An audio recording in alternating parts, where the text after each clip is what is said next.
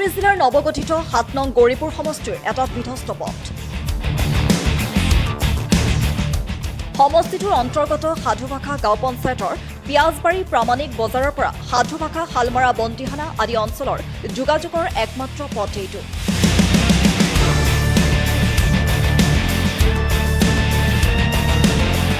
কিন্তু দেখিলে অনুভৱ কৰিব নোৱাৰিব এইটো পথ পথাৰ নে নদী। দীৰ্ঘদিন ধৰি পথটোৰ দুৰৱস্থাৰ বাবে জমৰ যাতনাত ভুগিব লগা হৈছে সাধুভাষা অঞ্চলবাসী ৰাইজে। কি বিধায়ক কি পঞ্চায়ত প্ৰতিনিধি কোনোৱেই নিৰ্মাণ নকৰিলে পথটো। কিমান নিৰ্বাচন আহিল আৰু গ'ল, কিন্তু ৰাইজৰ সমস্যা কোনো প্ৰতিনিধিয়ে সমাধান কৰিবলৈ সক্ষম নহ'ল। তেনে সময়তেই সাধুভাষা গাঁও পঞ্চায়তৰ সচেতন ৰাইজৰ সহযোগত দীৰ্ঘদিনীয়া সমস্যা সমাধান কৰিবলৈ আগবাঢ়ি আহিছে মানৱ দৰদী নুৰ ইছলাম শ্বেখ নামৰ ব্যক্তিজনে। নুৰ ইছলাম শ্বেখৰ হৈ ইফতাৰুল ইছলাম প্ৰামাণিক আৰু আটোৱাৰ ৰহমান প্ৰামাণিকৰ নিজ পাত্ৰৰ মাটি দি ৰাইজক যাতায়াতৰ সুব্যৱস্থা কৰি দিয়ে। জনস্বাৰ্থৰ বাবে এইকেইজন ব্যক্তিৰ এই পদক্ষেপৰ ৰাইজে শলাগ লৈছে। হয়, ধন্যবাদ সাংবাদিক বন্ধুসকল। যে মই প্ৰথমতে এইখিনি কথা ক'ব বিচাৰিছোঁ, মনৰ পৰিৱৰ্তনহে ঠাইৰ পৰিৱৰ্তন লৈ আহে।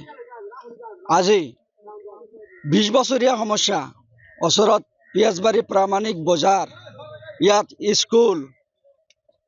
স্কুল আছে, ইয়াত তাৰপিছত মেডিকেল চাব চেণ্টাৰ আছে আৰু যিমান শিক্ষিত যুৱক যুৱতী আছে, ছাত্ৰ ছাত্ৰী আছে, মুৰব্বীবিলাক আছে, এইখন ৰাস্তাৰে সিহঁতে অহা যোৱা কৰে। এই অহা যোৱা কৰাৰ ফলত মই চাইছোঁ যে ইমান অসুবিধা ৰাইজৰ, ইমান অসুবিধা হৈ আছে ৰাইজৰ। তো গতিকে ৰাইজৰ দুখ দুৰ্দশা চাই মই নিজে লগতে আমাৰ বগৰীবাৰী মহামায়া ডিগ্ৰী কলেজৰ প্ৰফেচাৰ মালিক মহিবুল চাহাব দুজনে বুদ্ধি কৰি হ'ল যে ইয়াত ৰাইজৰ যাতে সুবিধা হয়, সেইমতে আমি অলপ ৰাইজৰ সহযোগিতা লৈ আৰ্থিক অনুদান আগবঢ়াই নুৰ ইছলাম শ্বেখৰ প্ৰচাৰ কাৰ্যত অলপ সহযোগিতা আগবঢ়োৱাৰ কাৰণে আমি এইখিনি ৰাস্তা আজি বনাই দিলোঁ। আৰু অনাগত দিনত যাতে আমি আৰু এইটো এটা পাৰ্মানেণ্ট এটা চলিউশ্যন কৰিব পাৰোঁ, সেইটো আমি আপোনালোকৰ মাধ্যমে আমি প্ৰতিশ্ৰুতি সমগ্ৰ ৰাইজক আমি প্ৰতিশ্ৰুতি দিছোঁ, যাতে এই ৰাস্তাৰ কামটো আমি পাৰ্মানেণ্ট এটা যি সমস্যা হৈ আছে পাৰ্মানেণ্ট যাতে আমি চলিউশ্যন কৰিব পাৰোঁ। পৰ্বতজোৰাৰ পৰা নুৰ ইছলাম মণ্ডলৰ ৰিপৰ্ট, দ্য নিউজ প্লাছ।